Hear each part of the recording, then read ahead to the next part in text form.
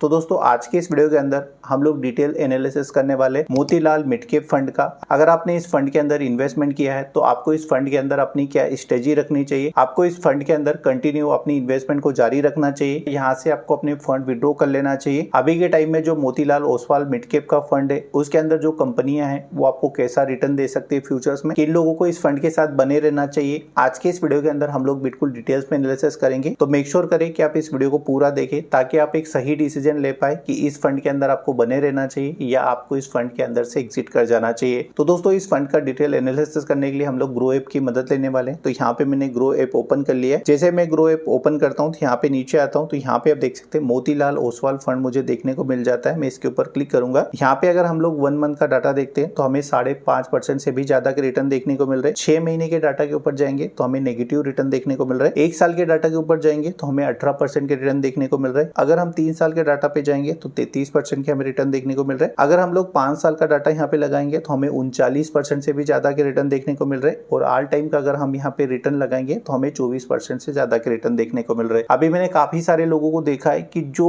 Short time में पैसा लगाते हैं, यानी उन्होंने अगर आज की डेट में 1000 रुपए लगाए और कल की डेट में उन्हें लगता है कि 1200 हो गए, तो उस टाइम वो क्या करते हैं, जो उनका एफडी का पैसा रहता है, और मैंने काफी सारे लोगों को ये करते भी देखा है कि कोई लोन लेके भी इसमें पैसा डालता है। अगर आप ये सब चीजें कर रहे हैं तो मैं रिकमेंड करूंगा अभी के अभी आप इस फंड से एग्जिट हो जाइएगा, क्योंकि कोई भी म्यूचुअल फंड या कोई भी इन्वेस्टमेंट जर्नी हर एक इन्वेस्टर के लिए नहीं होती। जो म्यूचुअल फंड का प्लेटफॉर्म होता है, जो आपकी एक्स्ट्रा सेविंग होती है, उनको अगर आप इन्वेस्टमेंट करेंगे तो आपको बेटर रिटर्न मिल पाएंगे। अगर मैं एग्जांपल के लिए बताऊं, मान लीजिए आप महीने के 10,000 रुपए कमाते, 8,000 रुपए आपका खर्चा है, उसके बाद आपके पास जो बचते हैं वो 2,000 रुपए बचते। तो अगर आपके पास ये 2,000 रुपए बच रहे और उसमें से अगर आप सिर्फ 500 रुपए इन्वेस्टमेंट करते हैं और आपने विजन लेके रखा है कि भाई मुझे 15 साल 20 साल के लिए इन्वेस्टमेंट करना है, तो ऐसे फंड को ही आपको इस टाइप के फंड के अंदर डालना चाहिए। क्योंकि दोस्तों जो मिड कैप टाइप के फंड होते हैं ये एडवेंचर फंड होते हैं। ये रातों रात आपके पोर्टफोलियो के अंदर 100 गुना तक का रिटर्न भी प्रोवाइड करा सकते हैं। और हो सकता है रात में कोई ऐसी न्यूज आ जाए पर्टिकुलर किसी सेक्टर को लेके, तो हो सकता है कि जो आपका म्यूचुअल फंड का पोर्टफोलियो है वो 50% नेगेटिव भी जा सकता है। अगर आपको इन चीजों से कोई फर्क नहीं पड़ता, आपका विजन है कि मुझे 15 साल 20 साल के लिए इन्वेस्टमेंट करना है, तो ये फंड आपके लिए बिल्कुल अच्छा है और आपको फ्यूचर में अच्छे रिटर्न प्रोवाइड करा सकता है। बट जैसे कि मैंने आपको वीडियो की स्टार्टिंग में बताया कि आप ऐसे इन्वेस्टर है कि आपने 1000 रुपए लगाए और कल आपको 1100 दिखना चाहिए, अगर आपको 800 दिख जाए तो आप बेचैन हो जाते। मैं आपसे यही कहूंगा कि आपको इस फंड से एग्जिट कर देना चाहिए। तो मुझे लगता है सारी चीजें यहाँ तक आपको अच्छे समझ आ गई होगी और इस फंड ने किन कंपनियों के अंदर इन्वेस्टमेंट कर रखा है वो सारी चीजें मैं आपको बताने वाला हूँ। अगर हम लोग इस फंड के लाइफ टाइम एनएवी प्राइस की बात करें तो यहाँ पे आप देख सकते हैं 128 से भी ज्यादा इसका एनएवी गया था, बट अभी के टाइम में 100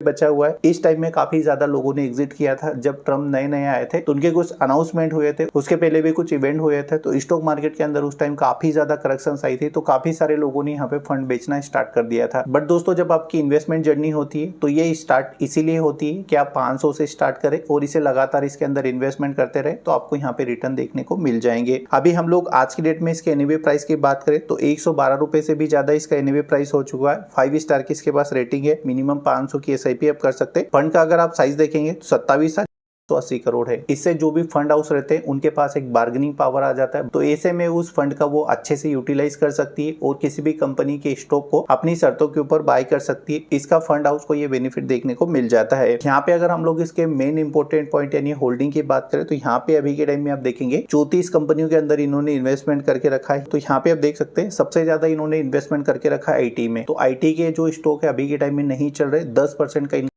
तो आप अगर इन्वेस्टमेंट कर रहे हैं तो आपको थोड़ी सी साइकोलॉजी समझनी पड़ेगी, आपको सेक्टर के बारे में पता होना चाहिए और आपके फंड हाउस ने कहां पे ऐसा इन्वेस्टमेंट करके रखा है वो चीजें आपको समझनी होगी। तो अभी आईटी सेक्टर बुरी तरीके से पीटा हुआ है। आईटी सेक्टर के अंदर उतने अच्छे रिटर्न नहीं मिल रहे। और एक कंपनी निकल के आती है कोफोर्ज, इसके अंदर 9.5% के अराउंड इनका इन्वेस्टमेंट है। तो यहाँ पे भी आप देखेंगे आईटी सेक्टर उतना अच्छा परफॉर्म नहीं कर रहा है। उसके बाद आ जाता है यहाँ पे कल्याण ज्वेलर्स, इनका जो स्टेक है वो यहाँ पे 8% है। जैसे कि आप सभी लोगों को पता होगा कि गोल्ड के अंदर अच्छी न्यूज नहीं आ रही, तो अभी गोल्ड के प्राइस के अंदर करेक्शंस आ रही। जो गोल्ड से रिलेटेड स्टॉक है या जो गोल्ड में काम करने वाली कंपनी है उनके स्टॉक लगातार करेक्शंस कर रहे हैं। तो ये अभी के लिए आपके पास अपॉर्चुनिटीज है कि अभी के टाइम में अगर आपके पास एक्स्ट्रा फंड है, आप इन्वेस्टमेंट करेंगे तो फ्यूचर्स में अच्छे रिटर्न मिल सकते हैं। अभी इस बात की कोई भी गारंटी नहीं है कि 3 महीने बाद रिटर्न मिलेंगे, 6 महीने के बाद रिटर्न मिलेंगे, क्योंकि दोस्तों स्टॉक मार्केट एक ऐसी जर्नी है, कभी भी यहाँ पे कुछ भी हो सकता है। आगे मैं आपको इसके प्रूफ भी दूंगा किस तरीके से चीजें वर्क करती है। अगली कंपनी की बात करें तो यहाँ पे हमें पॉलीकैब देखने को मिल जाता है। तो इस सेक्टर में भी भी अभी आपको पता होगा, अडानी ने कुछ अनाउंसमेंट करी थी, तो अडानी भी यहाँ पे एंट्री लेने वाला था। उसके बाद हिंडाल्को ग्रुप जो आदित्य बिरला ग्रुप है वो भी यहाँ पे एंट्री लेने वाले थे। तो ये कुछ कॉपर से रिलेटेड सेक्टर है जिनके अंदर नेगेटिव इंपैक्ट आए थे। उसके बाद अगली कंपनी की बात करें तो यहाँ पे हमें डिक्सन टेक्नोलॉजी मिल जाता है। तो अगर आप डेली स्टॉक मार्केट को ट्रेक करते तो आपने देखा होगा कल परसों के अंदर जो डिक्सटोन का स्टॉक था वो काफी ज्यादा नीचे क्रैश कर गया था। यहाँ पे अगर हम लोग होल्डिंग की बात करें 4% से ज्यादा हमें होल्डिंग देखने को मिल जाती है। तो अगर किसी कंपनी के अंदर आपके फंड हाउस की 4% तक का स्टेक रहेगा तो आप समझ सकते हैं कि आपके रिटर्न जो है किस तरीके से यहाँ पे नेगेटिव इंपैक्ट आपके फंड के ऊपर डाल सकते हैं। अगली कंपनी की बात करें तो यहाँ पे देखिए ट्रेंड हमें देखने को मिल जाता है, ये भी अभी उतना परफॉर्म नहीं कर रहा है। उसके बाद भारतीय हेक्साकॉम मुझे लगता है कि थोड़ा सा रिस्क लिया हुआ है, बट आने वाले टाइम में रिटर्न मिलेंगे, बट अभी के लिए इसके अंदर काफी ज्यादा कॉम्पिटिशन रहने वाला है। उसके बाद अगली कंपनी हमें देखने को मिल जाती है मैक्स हेल्थ के,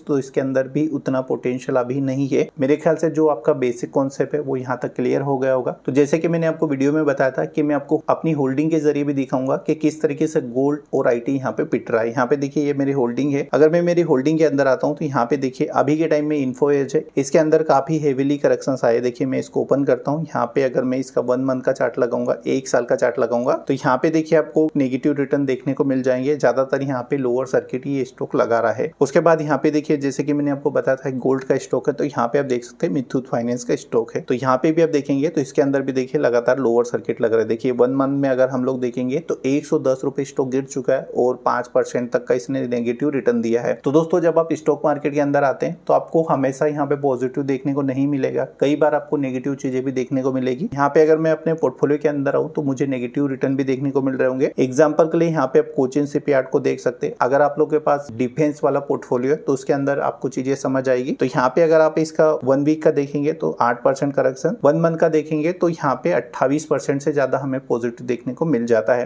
तो दोस्तों मुझे लगता है सारी बेसिक चीजें आपको समझ आ गई होगी। अभी हम लोग फाइनल डिसीजन की बात कर लेते हैं कि किन लोगों को इस फंड के अंदर बने रहना चाहिए और किन लोगों को यहाँ पे एग्जिट कर देना चाहिए। तो दोस्तों अगर आप एक बिगिनर से और आपने इस उम्मीद से यहाँ पे पैसा लगाया था कि मैं आज 500 लगाऊंगा, कल 600 हो जाएगा, परसों 800 हो जाएगा और महीने में 2000 हो जाएगा, तो अगर आप इस टाइप की मेंटेलिटी से यहाँ पे इन्वेस्टमेंट कर रहे हैं तो मैं आपको बोलूंगा आप एग्जिट कर जाइएगा। बट अगर आप लॉन्ग टाइम विजन लेके आपने सोचा है, जैसे कि अभी यहाँ पे कुछ सेक्टर परफॉर्म नहीं कर रहे, जैसे गोल्ड परफॉर्म नहीं कर रहा, आईटी परफॉर्म नहीं कर रहा है, तो अभी के टाइम में आपके पास अपॉर्चुनिटीज है। मान लीजिए अगर आपका विजन 10 साल का है तो मैं आपको रिकमेंड करूंगा आपने जो भी अपना एसआईपी करा रखा होगा आप इसे कंटिन्यू करिएगा, आपको फ्यूचर्स में एसआईपी के अंदर अच्छे रिटर्न मिलेंगे। तो दोस्तों जो एसआईपी की गेम होती है वो लॉन्ग टाइम की होती है। अगर आप इसको डेली ट्रेक करते रहेंगे, आज 500 बढ़ा, 300 बढ़ा, तो आप लोगों के लिए मार्केट नहीं है, आप इमीडिएटली यहाँ से निकल जाए, क्योंकि यहाँ के करेक्शंस को आप अफोर्ड नहीं कर पाएंगे। तो दोस्तों मुझे लगता है कि जो मोतीलाल का मिड कैप फंड है इससे रिलेटेड आपके सभी डाउट्स क्लियर हो गए होंगे। फिर भी अगर आपका कोई सवाल है या कुछ चीजों को लेके आप कंफ्यूज है तो इस वीडियो के नीचे कमेंट करिएगा, मैं कोशिश करूंगा एक जनरल रिप्लाई देने की। देन अगर आपको ये वीडियो अच्छी लगी तो मेक श्योर करिएगा कि इस वीडियो को लाइक जरूर करें और हमारे चैनल को भी सब्सक्राइब कर दे ताकि फ्यूचर्स में ऐसी वीडियो मिलती रहे। चलिए दोस्तों मिलते और किसी ने वीडियो में नई जानकारी के साथ। चलिए धन्यवाद।